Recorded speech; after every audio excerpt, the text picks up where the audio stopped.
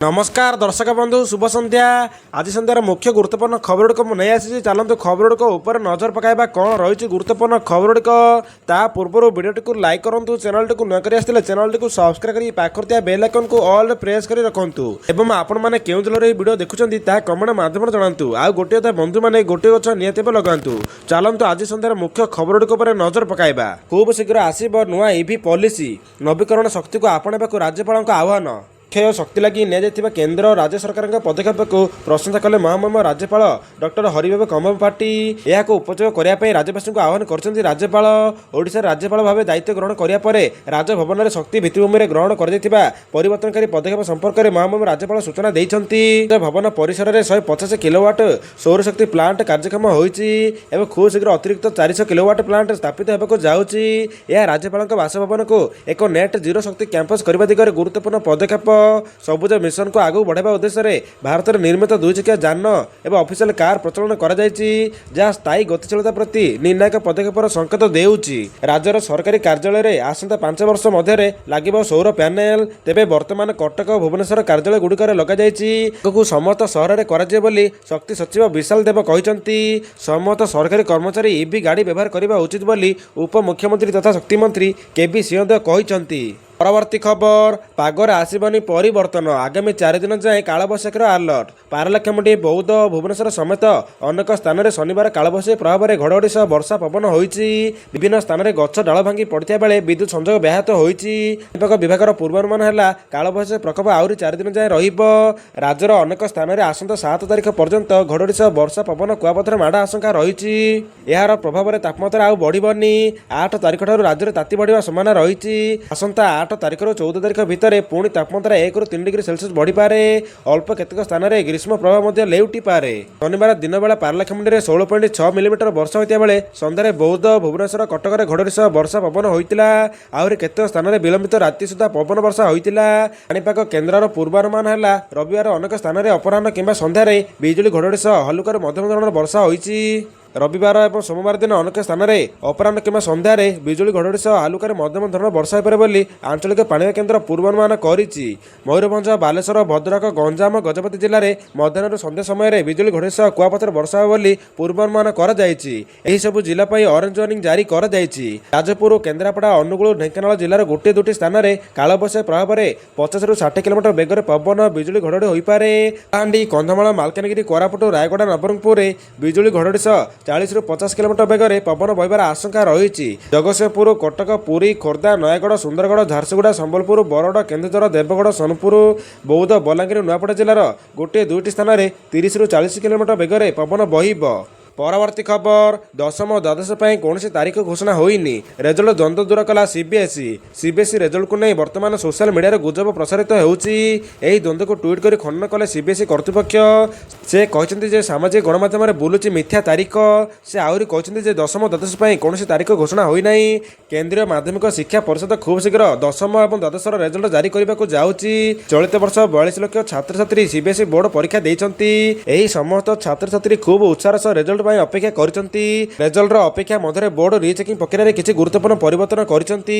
Board छात्र छात्री मानको वर्तमान रेजल्ट पर सेमानक आंसर सीट रो फोटोकॉपी जोगा देबार घोषणा करिछि।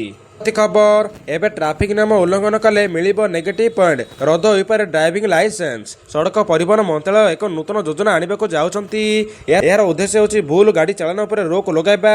मंत्रालय ड्राइविंग लाइसेंस उपर नेगेटिव पॉइंट व्यवस्था प्रचलन करबाको चिंता करूछंती। जदि कई सिग्नल क्रॉस करिवे किंबा द्रुत गति रे गाड़ी चलाइबे तेबे तांको डीएल रे नेगेटिव पॉइंट जोड़ा जिवो। जेतेबेले पॉइंट गुड़िक एक निर्दिष्ट सीमा अतिक्रम कर लाइसेंस रद्द कर सूचना अनुसार सरकार ड्राइविंग लाइसेंस नियम परिवर्तन कर एक नूतन व्यवस्था आने को विचार करुँच। सिस्टम में भूल गाड़ी चलन द्वारा लाइसेंस नेगेटिव पॉइंट मिल एपरी एक व्यवस्था पूर्व अनेक देश में रही। System Australia UK Germany Brazil France और कानाडा भली देश में काम करुच्ची। देश गुड़िक बारंबार अपराधी मानक निरीक्षण और दंड देवाई एक पॉइंट सिस्टम व्यवहृत होउछि। ମନ୍ତ୍ରାଳୟ ମୋଟର ଯାନ ଆଇନରେ ପରିବର୍ତ୍ତନ କରିବ।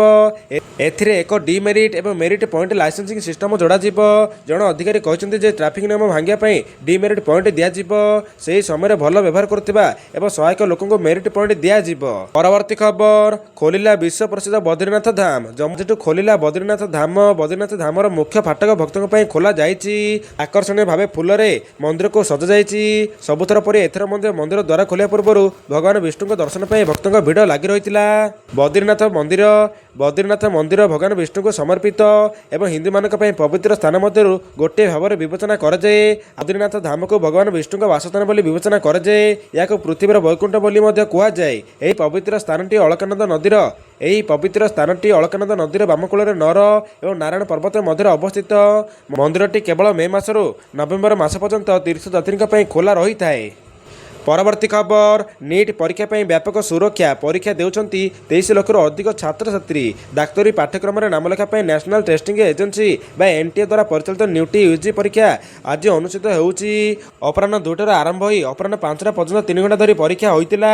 ବିଦେଶର 13ଟି ସହର ସମେତ ମୋଟ 552ଟି ସହରରେ 5443 ପରୀକ୍ଷା କେନ୍ଦ୍ର ହୋଇଛି। ବିଦେଶର 13ଟି ସହର ସମେତ ମୋଟ 552ଟି ସହରରେ 5453ଟି ପରୀକ୍ଷା କେନ୍ଦ୍ର ହୋଇଛି। ଦେଶରେ 23 ଲକ୍ଷରୁ ଅଧିକ ଛାତ୍ରଛାତ୍ରୀ ଏହି ପରୀକ୍ଷା ଦେବାକୁ ଥିବାବେଳେ ଓଡ଼ିଶାର ପ୍ରାୟ 1 ଲକ୍ଷ ଛାତ୍ରଛାତ୍ରୀ ରହିଛନ୍ତି। ଦେଶରେ 23 ଲକ୍ଷରୁ ଅଧିକ ଛାତ୍ରଛାତ୍ରୀ ଏହି ପରୀକ୍ଷା ଦେବାକୁ ଥିବାବେଳେ ଓଡ଼ିଶାର ପ୍ରାୟ 1 ଲକ୍ଷ ଛାତ୍ରଛାତ୍ରୀ ରହିଛନ୍ତି। ଓଡ଼ିଶାର 27ଟି ସହରରେ ପରୀକ୍ଷା କେନ୍ଦ୍ର କରାଯାଇଛି। ସମସ୍ତ କେନ୍ଦ୍ରରେ ସିସିଟିଭି କ୍ୟାମେରା ବ୍ୟବସ୍ଥା ହୋଇଛି। 165ଟି ଟେଲିଗ୍ରାମ ଚ୍ୟାନେଲ ଓ 32ଟି ଇନଷ୍ଟାଗ୍ରାମ ଆକାଉଣ୍ଟକୁ ବ୍ଲକ୍ କଲା Indian cyber crime coordination centre. ଶନିବାର ଭୁବନେଶ୍ୱର ବିଭିନ୍ନ ମେଡିକାଲ କଲେଜରେ ନିଟ୍ ସିଟ୍ ଦେବା ପାଇଁ ଟଙ୍କା ନେଇ ଗିରଫ ହେବା ପରେ ସୁରକ୍ଷା ବ୍ୟବସ୍ଥା କଡ଼ାକଡ଼ି କରାଯାଇଛି। ପରୀକ୍ଷାର୍ଥୀ କୌଣସି ମଧ୍ୟସ୍ଥି କିମ୍ବା ପରୀକ୍ଷାରେ ପାସ୍ କରିଦେବାକୁ କହି ଠକାମିରେ ପରୀକ୍ଷାର୍ଥୀ ନ ପଢ଼ିବା ପାଇଁ ପରାମର୍ଶ ଦେଇଛି ଏନ୍ଟିଏ। ପରବର୍ତ୍ତୀ ଖବର, 8 ତାରିଖରେ ପୁରୁଷୋତ୍ତମପୁର ଯିବେ ମୁଖ୍ୟମନ୍ତ୍ରୀ। ଜିଲ୍ଲା ପ୍ରଶାସନର ତତ୍ପରତା। ମୁଖ୍ୟମନ୍ତ୍ରୀ ମୋହନ ଚରଣ ମାଝୀ ଆସନ୍ତା 8 ତାରିଖରେ ଗଞ୍ଜାମ ଜିଲ୍ଲାର ପୁରୁଷୋତ୍ତମପୁର ଯିବେ। ଏନେଇ ଜିଲ୍ଲା ପ୍ରଶାସନ ପକ୍ଷରୁ ତତ୍ପରତା ପ୍ରକାଶ ପାଇଛି। ମିଳିଥିବା ସୂଚନା ଅନୁଯାୟୀ ସେ ଗଞ୍ଜାମ ଜିଲ୍ଲାର ପୁରୁଷୋତ୍ତମ ବ୍ଲକର ଗାଙ୍ଗଦହଣି ସରକାରୀ ଉନ୍ନତ ଉଚ୍ଚ ବିଦ୍ୟାଳୟର ଶତବାର୍ଷିକୀ ସମାରୋହରେ ଯୋଗଦେବାର କାର୍ଯ୍ୟକ୍ରମ ରହିଛି। ମୁଖ୍ୟମନ୍ତ୍ରୀଙ୍କ ସମେତ ବାଣିଜ୍ୟ ପରିବହନ ମନ୍ତ୍ରୀ ବିଭୂତି ଭୂଷଣ ଜେନା, ମତ୍ସ୍ୟ ପଶୁସମ୍ପଦ ମନ୍ତ୍ରୀ ଗୋକୁଳାନନ୍ଦ ମଲ୍ଲିକ ଓ ଜିଲ୍ଲାର ସମସ୍ତ ବିଧାୟକ ମଧ୍ୟ ଯୋଗ ଦେବେ। ଏନେଇ ଖୋଲିକୋଟ ବିଧାୟକ ପୂର୍ଣ୍ଣଚନ୍ଦ୍ର ସେଠୀଙ୍କ ତତ୍ତ୍ୱାବଧାନରେ ବିଦ୍ୟାଳୟରେ ଏକ ପ୍ରସ୍ତୁତି ବୈଠକ ଅନୁଷ୍ଠିତ ହୋଇଥିବା ବେଳେ ଗଞ୍ଜାମ ଜିଲ୍ଲାପାଳ ଦିବ୍ୟଜ୍ୟୋତି ପରିଡ଼ା ଆସି ଭିତ୍ତିଭୂମି ଓ ପାରିପାର୍ଶ୍ୱିକ ସ୍ଥିତିର ସମୀକ୍ଷା କରି ବିଭିନ୍ନ ପରାମର୍ଶ ଦେଇଛନ୍ତି। ପରବର୍ତ୍ତୀ ଖବର, ସ୍ଥିର ରହିଛି ସୁନା ଦର। ଆଜି ଭାରତୀୟ ବଜାରରେ 24 କ୍ୟାରେଟ୍ ସୁନା ମୂଲ୍ୟ 95,510 ଟଙ୍କା ରହିଛି। ସେହିପରି 22 କ୍ୟାରେଟ୍ ସୁନା ଦର 87,550 ଟଙ୍କା ଛୁଇଁଛି। ସେହିପରି ରାଜଧାନୀ ଭୁବନେଶ୍ୱରରେ 24 କ୍ୟାରେଟ୍ ସୁନା ମୂଲ୍ୟ 10 ଗ୍ରାମ ପିଛା 95,510 ଟଙ୍କା ରହିଥିବା ବେଳେ 22 କ୍ୟାରେଟ୍ ସୁନାର ମୂଲ୍ୟ 87,550 ଟଙ୍କା ଛୁଇଁଛି। ତ ଦର୍ଶକ ବନ୍ଧୁ, ଏହା ଥିଲା ଆଜି ସନ୍ଧ୍ୟାର ମୁଖ୍ୟ ଗୁରୁତ୍ୱପୂର୍ଣ୍ଣ ଖବରଗୁଡ଼ିକ। ଯଦି ଭିଡ଼ିଓଟି ଭଲ ହେଇଛି କିମ୍ବା ଖବରଗୁଡ଼ିକ ଭଲ ହେଇଛି ତାହେଲେ ଭିଡ଼ିଓଟିକୁ ଲାଇକ୍ କରି ଚ୍ୟାନେଲଟିକୁ ସବସ୍କ୍ରାଇବ୍ କରି ପାଖରେ ଥିବା ବେଲ୍ ଆଇକନ୍କୁ ଅଲ୍ ପ୍ରେସ୍ କରି ରଖନ୍ତୁ ଏବଂ ଭିଡ଼ିଓଟିକୁ ନିହାତି ଭାବେ ସମସ୍ତଙ୍କୁ ସେୟାର କରି ରଖନ୍ତୁ।